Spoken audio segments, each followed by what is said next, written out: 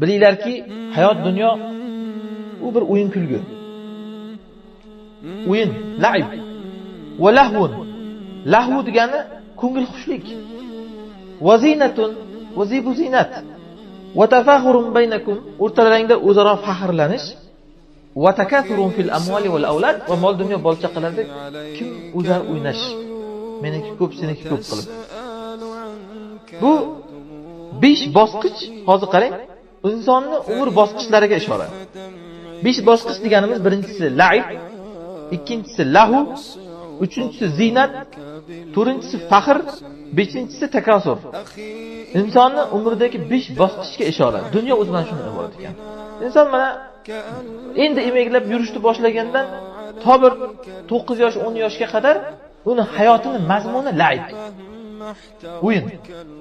Unga bir o'yinchoq bo'lsa bo'ldi. Mana bolalarga qarang, mana 9 yoshga kirguncha, 10 yoshga kirguncha hayotining mazmuni unda la'ib. Ya'ni o'yin. Nima bo'lsa o'yinga yeyib tursa buni. Bir o'yinchoq bo'lsa bo'ldi, boshqa hech narsa kerak emas bunga. 10 yil umrimiz ketdimi mana qarang. 10 yil umrimiz ketdi la'ib bilan. Keyin inson maktab davriga yetgandan keyin mana to maktabni bitirgunga qadar lahu davri boshlanadi. Lahu davri degani, lahu nima asli? Lahu degani ko'ngil xushlik degani.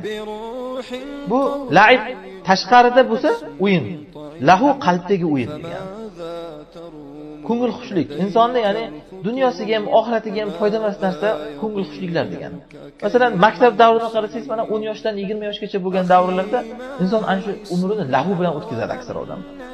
Nima qiladi lahu bilan o'tkazib bilsangiz, mana maktabda qarasangiz, borib futbol o'ynaydi, to'p tepadi, lanka o'ynaydi, urushadi o'rtoqlari bilan, qizlarni quvlab yuradi. Mana shu narsa bilan o'tkazadi. Lahu bu. Yani o'tkinchi narsalar eng odamning hayotidagi bir boqib qolmaydigan, na dunyosiga, na bir oxiratiga foyda bo'lmaydigan bir narsalar bilan vaqtni o'tkazadi. Ana shu lahu deyiladi. 20 yil umrimiz ketdimi? 3-davr bosqich boshlanadi. Lahu davridan keyin zinat davri boshlanadi. Mana 20 yoshdan keyin maktabni bitirib universitetlarga kirgan yoshdagi bolalarni qarasangiz, o'g'il-qizlarni zinat davri. Ya'ni maktabda burni oqib yurgan bolalar qarasangiz, universitetlarga kirgandan keyin sochlarini tarab, maktabda shalvar kiyib yurgan bolalar universitetlarga maktabni bitirib kirgandan keyin qarasangiz, kostyum shimlar kiyib, o'ziga oro berib, zibu zinat atirlar sepib qolgan. Qizlarga ham qarasangiz, maktabda yurgan paytida ana shunaqangi o'ziga qaramay hidlanib, soch pattayib yurgan holatida, keyin universitetlarga kirgandan keyin qarasangiz, o'ziga e'tibor qilib, sochini turmaylab, har xil kiyimlarni kiyib, ya'ni o'ziga o'zi oro berish davri boshlanadi. Zinat davri bu insonni. 20 yoshdan taxminan bir 30 yoshgacha qadar, 35 yoshgacha qadar kimdadir ozroq, kimdadir ko'proq ana shu insonning umri o'tadigan zinat davri ana shu. 3-bosqich davri deyiladi bu. Odam o'ziga zibu zinat berish bilan ovora bo'ladi. Har kun har xil kiyim kiysam deydi. Mana shu yoshdagi odamlar ana shunaqa bo'ladi. Zinat davri. Bu bosqich ham o'tadi. Kimdadir 30 yoshda, kimdadir 35 yoshda, kimdadir ertaroq, kimdadir kechroq, har xil bo'lib o'tadi. Keyin 4-davr boshlanadi. Tafakhurun baynakum davri. O'rtada o'zaro faxr davri. Bu xususan mana inson oila qurib 30 ga kirgandan keyin, xotin olib, bola chaqalik bo'lgandan keyin haligilar o'tadi. Ya'ni o'ziga o'zi avvalgidek qilib oro berib yurish, har kun har xil kiyim kiyishni istash, o'ziga qarab avvalgidek sochini turmay qilib, boshqa qilib yurish davri o'tadi. Erkakka qarasangiz ham unaqangi o'ziga qaramay qo'ygan. Ayolga qarasangiz ham o'ziga qaramay qo'ygan. Zinat davri o'tgan. Endi faxr davri boshlanadi. U nima edi faxr davri desangiz? Erkak odam masalan pul to'lanishga, pul bilan faxrlanishga qiziqib qoladi o'sha davrda. Mana bir 35 yoshdan o'tgandan keyin bir 40 yosh, 45 yoshgacha odamda ana shunaqa pul topsa, qanday qilsam birni biriga qo'shsam, ikki qilsam, qanday qilsam eng oxirgi marka mashinani minsam, qanday qilsam shu eng oxirgi chiqqan bir telefonlarni ishlatsam, mana shu davr boshlanadi odamda. Faxr. Hammadan faxrlanib o'tirsa keyin u. Hamma yoqda uni bir 2-3 ta uyi bo'lsa, faxrlanib.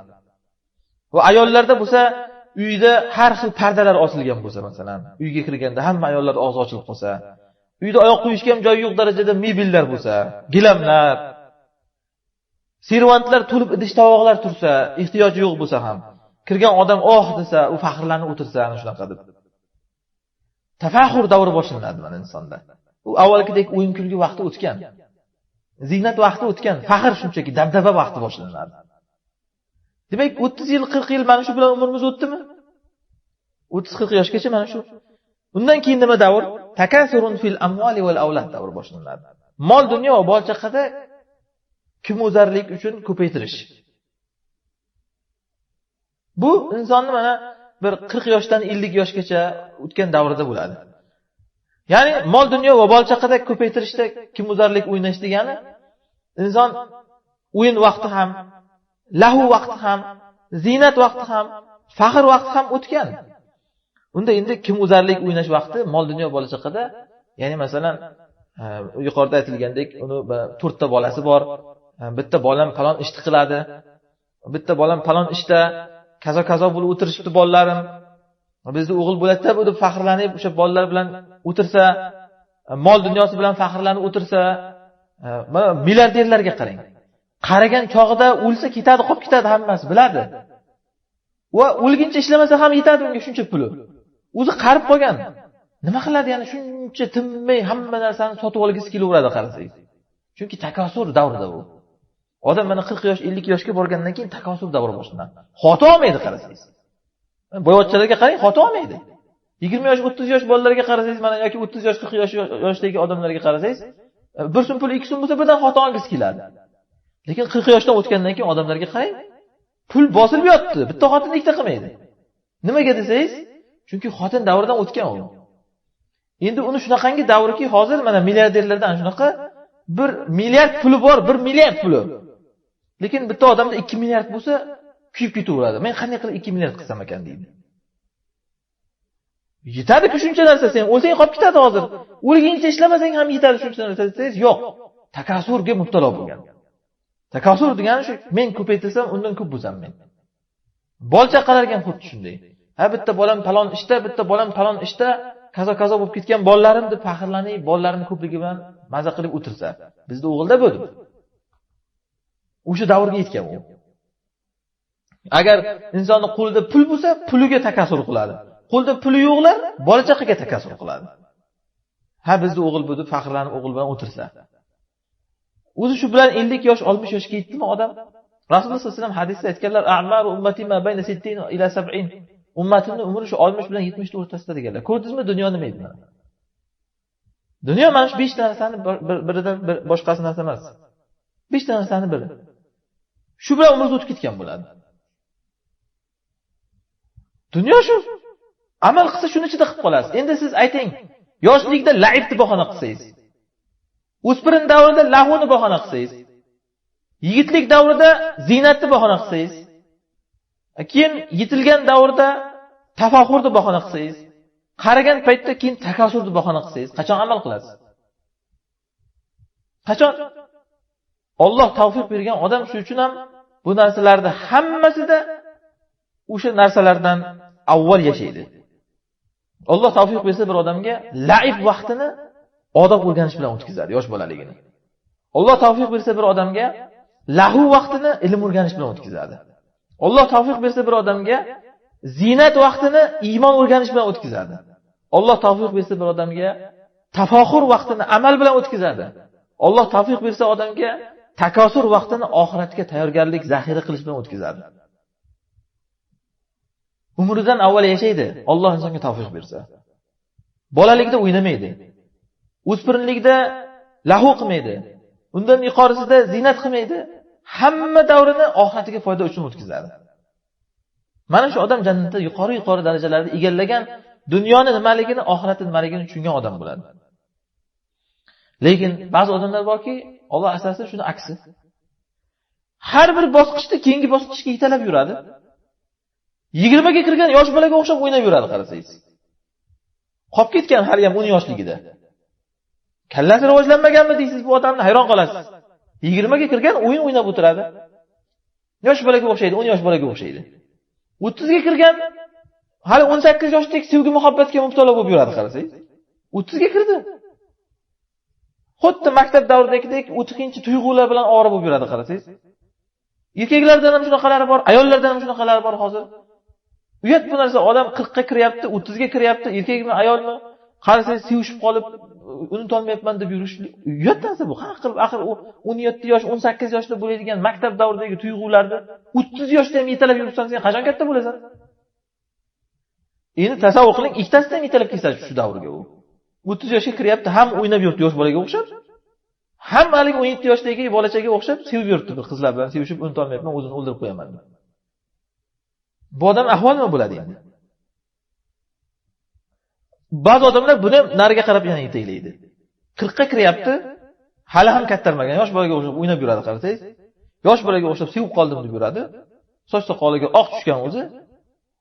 40 ga kirgan qarasangiz, yosh bolaga o'xshab ziynatlanib o'ziga o'zi orom berib yuradi. Ba'zilar undan ham nariroqga yetaklaydi shuni. 50 ga kirgan odamlarni hozir chollarni ko'rasiz. Maza qilib bir ibodatingni qilib yurmaysanmi deysiz unga. Qarasangiz haligi to'kilib ketgan kaldir sochini 4 ta sochi qolgan, haligi sochni mol yalagandek qilib bir joyga gellab tarab olgan, sochini kal joyini yopaman deb. Nima qilasan? U o'tdi-ku u davr, ziynat davring, 20 yosh davring, soch tarab yuradigan davring. Shalvirab ketgan yuzni qirtishlab soqolda olgan qarasangiz. Nimasini ko'rsatmoqchisan? Yosh bola bo'lsang tushunamiz, xo'p, silliqqina yuzini ko'rsatmoqchi deyiladi. Shalvirab ketgan haligi eshakdek terisidek bo'lib ketgan yuzni ko'rsatib odamlarga soqolda olib nima qilasan endi? 50 ga kirding, bir yuzingni shu shalviraganini yopib hech bo'lmasa bir soqolni qo'yib yurmaysanmi? Chiroylikina bo'lib. Bir keng kiyimni kiyib, yaktayda kiyib bir masjidga borib namozini o'qib yurmaysanmi? Qorin qo'yib yorgan, shimni qorinni ustidan ko'krakka chiqarib olib, kasim-shim kiyaman deb hammaga xunuk bo'lib, qarasangiz ana shunaqa kulgili bo'lib yuradi. Shimni ko'kragiga chiqarib olgan. Chunki qorindan pastda turmaydi-da, qorin qo'yib olgan. Demak bu degani shim kiyib, kasim kiyib yuradigan 20 yosh o'tdi degani. Senga endi shimlar ham turmaydi, uni kindigingdan tepasiga ko'kragingga chiqarib olishing kerak. Xunuk qilib, mana shunaqa qilib. Nima kerak shunaqa qilib yurishing? Kengina kiyimni kiyib, uzun ko'ylakni kiyib, masjidga borib ibodatingni qilmaysanmi endi qaragan chog'ingda? Yo'q, 50 ga kiryapti, 20 yoshdagi davrini sog'inib yetaklab yuradi o'shani. Qachon amal qiladi bu odam endi ayting? Endi ayollardan qarang mana. Haligi chaqmoq urgan daraxtdek 4 ta sochini boshiga chiqarib olib, ro'molsiz yuradi 50 ga kirgan holda. Daraxt kundasidek oyog'ini reklama qilib yubka kiyib yuradi yoki ta'sirlatib shimni kiyib olib, yarashadimi endi shu 50 yoshlik ayolga deb kulgisi keladi. Kimga ko'rsatmoqchisan? Nimani ko'rsatmoqchisan? 50 ga kirding. Daraxtni kundasidek oyog'ingni ko'rsatib, maqtanib odamlarga chaqmoq urgan daraxt shoxdek qilib sochingni ko'rsatib odamlarga maqtanib, nimani ko'rsatmoqchisan? 20 yoshlik qizga o'xshab o'zini tutadi. Qosh ko'zlarini bo'yab oladi, qarasangiz, yuzlar shalvirab ketgan. Nimani ko'rsatmoqchisan? 20 yoshlik davringdagi holatingmi sen hozir? Ro'molingni o'rab, kiyimingni kiyib, ibodatingni qilib o'tirmaysanmi endi? Alloh odamga tavfiq bermasa, odam ana shunaqa o'zining kimligini tushunmay qolar ekan. Hamma davrda, eski davrda yetalab yurar ekan. Lekin aksi bo'lsa, Alloh tavfiq bersa odamga aksini qilar ekan. Yoshlikda o'ynamaydi, o'spirinlikda kulmaydi. Bo'ydoqlikda zeb-ziynatga berilmaydi, ilm oladi, ibodat qiladi, amal qiladi, oxiratga tayyorlanadi. Qaraganda esa zikr bilan, ibodat bilan mashg'ul bo'lib, zaxira tayyorlay boshlaydi o'ziga. Mana Yahyo alayhisalomni qarang. Yoshligida u kishini bolalar kelib o'ynaymizmi desa, biz o'yin uchun tug'ilmaganmiz derkanlar. Mana Alloh tavfiq bersa shunaqa bo'ladi odam. Yoshligidan o'ynamaydi. O'ynasa ham unaqa yosh bolalarga o'xshab faqat o'yin bilan o'tkazmaydi yoshligini.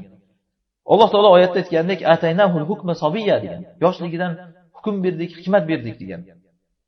Alloh tavfiq bergan odam o'zining yoshidan yuqorida yashaydi. O'zining yoshidan yuqorida yashaydi. Shuni Allohdan so'rash kerak inson, o'ziga ham, bola chaqasiga ham.